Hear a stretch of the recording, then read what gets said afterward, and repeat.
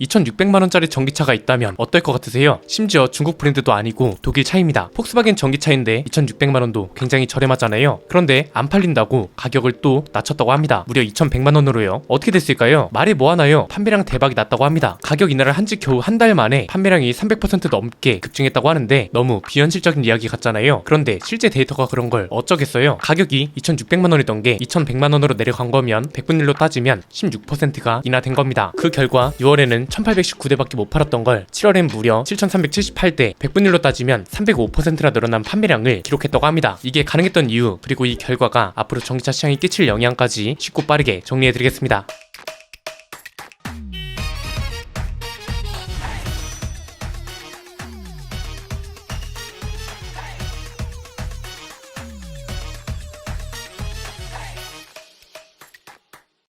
요즘 전기차 시장을 중국을 기준으로 이야기를 많이 하게 되는 것 같은데 이게 작년하고는 조금 비슷한 듯 다르죠. 작년에는 희망 섞인 말이 많았습니다. 중국 브랜드가 늘어나면서 원자재랑 배터리 기업이 잘 연결돼서 저렴한 전기차가 많이 나올 거라는 게 대표적이었고요. 이렇게 저렴한 전기차가 중국 시장을 넘어서 다른 나라 시장까지 진출하고 그 결과 전기차 가격 안정화가 이뤄질 거란 전망이 많았는데 이 희망은 얼마 가지 못했습니다. 중국이 이상한 프리미엄 욕심에 꽂히면서 가격을 이상하게 내놓기 시작했거든요. 그래서 우리가 바라던 가격의 전기차들은 죄다 훈광 미니같이 작아서 타지도 못하는 차들, 그리고 좀 탈만한 차들은 가격을 너무 비싸게 책정해서 이게 뭐지 싶은 차들이 대부분이었습니다. 1톤 트럭도 보세요. 비아디 T4K 한국에 들어와서 포토랑 봉고 잡겠다더니 어떻게 됐나요? 그렇게 해서 우리 전기차 시장은 지금 가격 안정화라는 목표와 방향은 그대로인데 이 목표까지 가는 과정과 수단이 좀 바뀐 상황인 거죠. 중국 브랜드가 아니라 오히려 테슬라 같은 글로벌 기업들을 중심으로 진행되기 시작했고, 공교롭게도 여전히 중국 시장이 크게 개입되고 있습니다. 폭스바겐이 ID3의 가격을 내린 이유도 마찬가지입니다. 중국 판매량이 부진해서 내린 겁니다. 얘네도 중국 내 상황이 그리 좋지 못했거든요. 중국 브랜드가 자국에서 워낙 많아지고 점유율도 죄다 싹쓸이를 해가니까 계속해서 부진을 면치 못했습니다. 어느 정도였냐면 ID3 혼자서만 판매량이 7300대 넘게 기록됐다는 거잖아요. 이게 한 달 만에 305%가 급증한 건데 지난 2021년 출시 이후 월 판매량 5000대를 돌파한 최초의 기록이라고 합니다. 배경도 꽤 재밌습니다. 폭스바겐 주주총회에서 주주들이 엄청나게 반발을 했다 하더라고요. 중국은 규모가 굉장히 큰 시장입니다. 오토바이가 주요 이동 수단이었다가 몇 년 새에 자동차로 급격히 전환된 시장인 만큼 최대 수요 시장으로 떠오르고 있는데 중국에서 전기차 판매량이 부진하니까 이게 되겠냐고 문제 제기를 했다 이거죠. 비아디가 올해 1분기랑 2분기까지 중국 승용차 판매량에서 폭스바겐을 제치고 선두를 유지하고 있으니 이런 이야기가 나올 수밖에 없었던 건데 ID3 가격은 진짜 굉장하긴 합니다. 가격을 내린 게 2100만원짜리 기본 트림이고 고급 트림도 2700만원이라고 합니다. 중국 기준 주행가능 거리가 450km라고 하거든요. 우리나라에 들어와도 못해도 380km 내외는 달릴 수 있을 거라서 흥미로울 수밖에 없죠. 3000만원으로 들어와도 얼마인가요? 보조금을 더하면 2200만원 선 아닌가요? 아마 큰 이변이 없으면 이런 보급형 전기차를 국내에도 출시할 겁니다. 최근에 이야기했던 게 테슬라, 현대기아차, KG 모빌리티 이런 브랜드였는데 이제는 폭스바겐도 저가형 전기차 전쟁에 본격적으로 뛰어들었다고 볼 수 있는 거죠. 이 대목에서 궁금한 건 뭐다? 갑자기 왜 이러냐는 건데 정리해보면 이렇습니다. 첫 번째는 하나 바로잡고 가야 할 게 있습니다. 댓글에서도 그렇고 여러가지 루트를 통해서 이상한 얘기가 계속 들리더라고요. 중국산 LFP 배터리를 좋아서 쓰는 줄 알면서 따지는 이야기가 꽤 많은데요. 저는 이런 말을 보면서 너무 웃겼던 게 뭐냐면 지난번 영상에서도 분명 말씀드리지 않았나요? 소비자들은 지금 중국산 LFP 배터리 사용 비중이 늘어나는 것에 대해서 어떻게 받아들여야 하냐 이런 이야기를 했잖아요. 지금 당장은 가격을 내릴 수 있는 가장 확실한 방법이기 때문에 테슬라의 현대기아차까지 거의 모든 글로벌 제조사들이 어쩔 수 없이 선택했다고 봐야 한다 했습니다. 그리고 또 하나 중요한 게 이건 보급형 전기차 시대라는 목표를 향한 과정 중 하나라고도 말씀드렸습니다. 지금은 중국산 배터리를 채용하면서 가격을 내리기 시작하는 과정이고 2025년쯤 현대적으로 계획이 뭐라고 말씀드렸나요? 다시 우리 배터리 기업들과 협업을 이어간다는 거였죠. 우리 배터리 기업들이 바보가 아니잖아요. 왜 배터리 3사가 LFP 배터리 양산을 준비하고 LFP 배터리를 대체할 보급형 배터리를 개발 중이겠냐 이겁니다. 저는 이 중요한 과정을 설명하고 수요자들이 시장을 이해가고 있는 상황에 중국산 옹호하지 말라, 중국산은 무조건 안 된다 이런 건 전혀 가치도 없고 맞지 않는 논쟁이라 생각한다는 거죠. 이미 그렇게 흘러가고 있는 시장을 기술적이고 전문적인 수준까지는 아니더라도 흐름 자체를 이해하면서 소비자들도 아 이런 상황이구나 이 정도는 알고 있어야 한다는 거였습니다. 어떻게 이걸 중국산 찬양으로 이해하는 건지 알 수 없고요. 바로 잡아야 한다고 생각해서 비중 있게 언급해드리고 넘어가겠습니다. 자, 일단 지금 상황에선 LFP 배터리를 사용해야 단기적으로 전기차 가격을 확실하게 내릴 수 있는 상황이고 LFP 배터리를 이런저런 이유로 써야 할 수밖에 없는 상황에 놓여 있습니다. 중국 배터리 기업들을 중심으로 LFP 배터리도 계속 발전해왔고 이걸 쓰는 자동차 제조사들도 활용 노하우도 생겼을 거잖아요. 그래서 과거보다 결절 효율도 좋아지고 이게 또 최근에 우리 환경부 데이터로 증명이 된 겁니다. 두 번째는 그렇다면 대체 왜 전기차 가격을 갑자기 모두가 내리려 하냐 이겁니다. 간단합니다. 안 팔리니까요. 이건 두 가지 측면으로 바라보면 됩니다. 하나는 시장 경쟁, 또 다른 하나는 정책적 문제입니다. 시장 경쟁은 간단합니다. 요즘 중국이 계속 언급되는 이유가 중국 시장이 어떻게 보면 저가형 저가형 전기차 판도 뒤집기에 불을 지폈다고 볼 수 있기 때문입니다. 순서대로 보면 이렇습니다. 글로벌 회사들도 중국에 차를 팔아야 합니다. 워낙 거대한 시장이기 때문에 중국 시장을 놓칠 수가 없는 거죠. 그런데 중국 자국 브랜드들이 넘쳐나면서 얘네가 갑자기 중국에서 말도 안 되는 속도로 신차를 출시하기 시작합니다. 원래 자국민들이 자국 브랜드를 많이 사는 건 굉장히 일반적인 현상이잖아요. 한국에서는 한국차가, 미국에서는 미국차가, 일본에서는 일본차가 1등을 하듯이 중국에선 중국차가 가장 잘 팔립니다. 이러니까 테슬라나 폭스바겐, GM 이런 글로벌 회사들도 중국 전기차를 잡아야 시장에서 살아남게 되는 상황에 놓인 거죠. 그래서 선택한 게 가격 잡기인 겁니다. 중국은 소비자들 입맛이 까다로운 시장이라기보단 일단 수요부터 뚫어야 하는 시장이기 때문에 가격부터 저렴해야 한다고 판단한 거죠. 중국인들은 자국 브랜드보다 비싼 수입차를 살 필요가 없다고 생각하고 그래서 수입차 브랜드 판매량이 죄다 주춤하고 있는 것이기도 하겠죠. 그래서 가격 인하를 가장 최우선으로 두고 가격을 내리다 보니까 테슬라가 내리면 폭스바겐이 내리고 폭스바겐이 내리면 현대기아차도 내리고 이렇게 시장에서 경쟁하는 기업들끼리 가격 경쟁을 펼치면서 전체적으로 가격을 내릴 수밖에 없는 상황이 됐다는 거죠. 또 하나는 정책적 문제인데 방금 전에 보신 건 시장 동향 분석 쪽 이야기고요. 오히려 정책적 문제가 소비자들한테 더욱 와닿는 이야기긴 합니다. 정책적 문제가 뭐냐면 얘도 간단합니다. 전기차가 잘 팔릴 만한 이유, 전기차를 사야 할 이유가 점점 사라지고 있다는 겁니다. 얼마 전에 통계자료 보여드렸죠. 전기차를 사는 이유는 경제적 이유가 가장 압도적이고 환경 때문에 전기차를 산다고 대답한 사람들은 3%에 불과합니다. 이 소리는 전기차와 관련된 돈 문제를 건드리는 순간 전기차는 구매 리스트에서 제외된다는 말이거든요. 이건 국내 시장만 봐도 답이 나옵니다. 가장 먼저 충전 요금이 인상되면서 말이 많았습니다. 실제로 아이오닉 6를 기준으로 완충하는 데에 드는 비용을 비교해보면 완속은 13,003원, 급속은 22,670원, 초급속은 23,924원이었습니다. 그런데 불과 1년 사이에 완속은 17,632원, 급속은 25,109원, 초급속은 26,873원으로 올랐습니다. 월 1000km를 탄다고 가정해보면 브랜드별 충전 비용이 대부분 3만원대였는데 지금은 대부분이 4만원대로 뛰었습니다. 이건 구분을 잘해서 봐야 합니다. 이런 얘기를 예비 구매자들, 잠재적 구매자들을 움직이는 요인입니다. 아마 분명 이런 댓글도 달릴 겁니다. 야, 전기차는 엔진 오일도 갈 필요 없고 소모품에 들어가는 비용부터 천지 차이인데 겨우 충전 요금으로 안 산다는 게 말이 되냐? 이런 거죠. 이건 이미 전기차를 타고 있는 사람들한테 좋게 느껴지는 거고요. 예비 구매자들한테는 충전 요금과 세제 혜택이 굉장히 큰 구매 요인으로 작용한다는 거죠. 왜? 자동차를 10년 이상 탈 거 아니면 내연기관차도 보증기간 내에는 돈 들어갈 일이 거의 없는데 뭐하러 확실하지도 않고 불편한 차를 타냐 이거죠. 여기에 자동차세 개편 얘기도 한몫하고 있죠. 전기차는 배기량이 없습니다. 그런데 우리나라 자동차세는 배기량별로 내는 돈이 다르단 말이죠. 전기차는 그래서 차 가격에 상관없이 10만원만 내면 그만인 상황인데요. 이것 때문에 아반떼보다 1억은 넘는 모델 X나 타이칸 같은 차들이 자동차세를 덜 내고 이런 게 형평성이 어긋난다는 이유로 개편 이야기가 나오고 있습니다. 예비 구매자들 입장에선 디젤차랑 비슷한 거죠. 괜히 뒤숭숭한 거 있죠. 언제 혜택이 없어질지 모르고 언제 제재가 들어갈지 모르는 차라는 생각 때문에 괜히 찝찝하고 뒤숭숭하니까 차라리 그러면 하이브리드 차를 사자 이렇게 된다고요. 이러니까 지금 보조금 소진율이 어떤가요? 전국적으로 44.6%밖에 못 쓴 상황이라고 하죠. 그 중에서도 대전은 전체 예산 중에 12.4%밖에 못 썼다고 하고요. 세 번째는 그래서 이걸 어떻게 받아들이는 게 좋은 거냐 이건데 그냥 편하게 생각하시면 됩니다. 아주 자연스러운 현상이거든요. 전기차가 없어진다, 전기차는 정답이 아니다 이런 게 아니니까 괜찮습니다. 어떤 물건이든 대중화 직전에는 제도도 싹 바뀌고 가격 안정화를 위한 작업이 이뤄지기 마련입니다. 내연기관차도 역사적으로 그랬고 스마트폰도 그랬습니다. 아이폰이 국내에 출시되기 전과 후를 생각해보세요. 비슷한 겁니다. 방향과 과정이 어떻든 전기차는 계속 늘어날 겁니다. 그래서 항상 말씀드렸던 것처럼 내연기관차나 하이브리드차 이런 차들하고 가격도 비슷해질 거고 가솔린 차와 디젤 차를 나누듯 연료 종류에 따른 차종 분류 그 이상 그 이하도 아닌 차가 될 겁니다. 너무 특별하게 생각할 필요가 없다 이겁니다. 저는 개인적으로 이걸 어떻게 보냐면 이 시장을 선점하는 기업이 분명 있겠죠. 그게 가격이 됐든 판매량이 됐든 점유율이 됐든 시장 자체를 선점하는 기업이 있을 겁니다. 그런데 그렇다고 해도 선점에 늦는 기업들은 무조건 도태되고 사라진다 이건 아니라고 봅니다. 그냥 이런 거죠. 예컨대 테슬라가 저가형 전기차 시장을 선점해서 판매량하고 점유율을 확 끌어올렸어요. 그러면 시장 경쟁 논리에 따라 다른 브랜드들도 테슬라를 따라서 가격을 빠르게 내릴 거기 때문에 도태되거나 망하는 기업은 거의 없다는 겁니다. 말 그대로 전기차 대중화로 가기 위한 과정이고 이 과정에 중국이 좀 비중 있게 개입하고 있는 상황이다 이렇게 이해하면 될 것 같고요. 당장 올해 하반기부터 우리나라도 저렴한 전기차가 하나 둘 쏟아질 예정이라 어떤 차를 살지 고민할 수 있다는 것만으로도 소비자들 입장에서 환영할 일 아닐까요? 오늘 내용은 여기까지입니다. 내용이 유익하셨다면 구독과 좋아요 알림 설정 부탁드립니다. 지금까지 저는 안피디였습니다. 감사합니다.